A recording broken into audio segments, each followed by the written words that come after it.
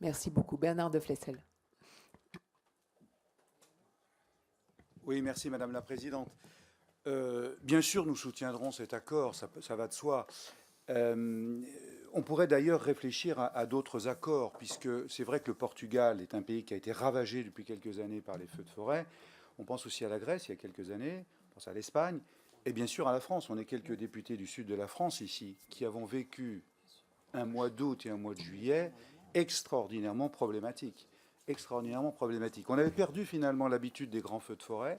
Depuis 6 ou 7 ans, on avait plutôt été relativement épargné. Et puis l'année dernière, et même cette année, ça a été plutôt dramatique. Donc l'idée finalement de ce corps européen est une belle idée. Michel Herbillon y faisait allusion, vous y faisiez allusion également, vous, Madame la Présidente, qui a été portée finalement à l'époque, il y a 10 ans, par Michel Barnier. Je crois qu'il faut qu'on aboutisse. Mais allons un tout petit peu plus loin, ou du moins faisons en sorte, avant que ça se mette en œuvre, puisqu'on sait que ça va prendre un certain temps, il y a une idée simple. L'idée simple, c'est la mutualisation des moyens au niveau de l'Union européenne. On a un sujet qui sont les Canadair.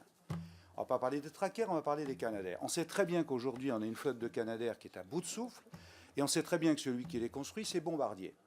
Or, quand on s'adresse à Bombardier, qu'on lui dit on pourrait peut-être passer quelques commandes, ils disent non, on a arrêté la chaîne, et la chaîne ne peut repartir que si on a une commande de 25 minimum. Donc c'est un vrai sujet européen, ça. C'est un vrai sujet qui nous interpelle. Et donc, est-ce qu'on ne peut pas, autour de la Grèce, de l'Espagne, de l'Italie, de la France et quelques autres, regarder comment, déjà sur la coopération européenne, avant de passer à l'étape supérieure qui serait le corps européen de sécurité civile, au moins faire une avancée de ce point de vue-là. Or, de ce point de vue-là, on bloque, on bute, etc. Donc voilà un exemple. Donc Michel a raison de dire qu'il faut mettre le drapeau européen sur les Canadair, mais déjà essayons, voilà, essayons déjà de les commander au niveau européen. Voilà ma suggestion. Merci.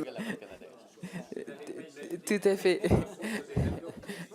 Voilà. Pour mémoire, le Portugal n'a pas de Canadair. Bah, c'est voilà. Mais cela dit, par rapport à la Grèce et à l'Espagne que vous mentionnez, les accords bilatéraux existent déjà avec ces deux pays concernant la protection de la sécurité civile.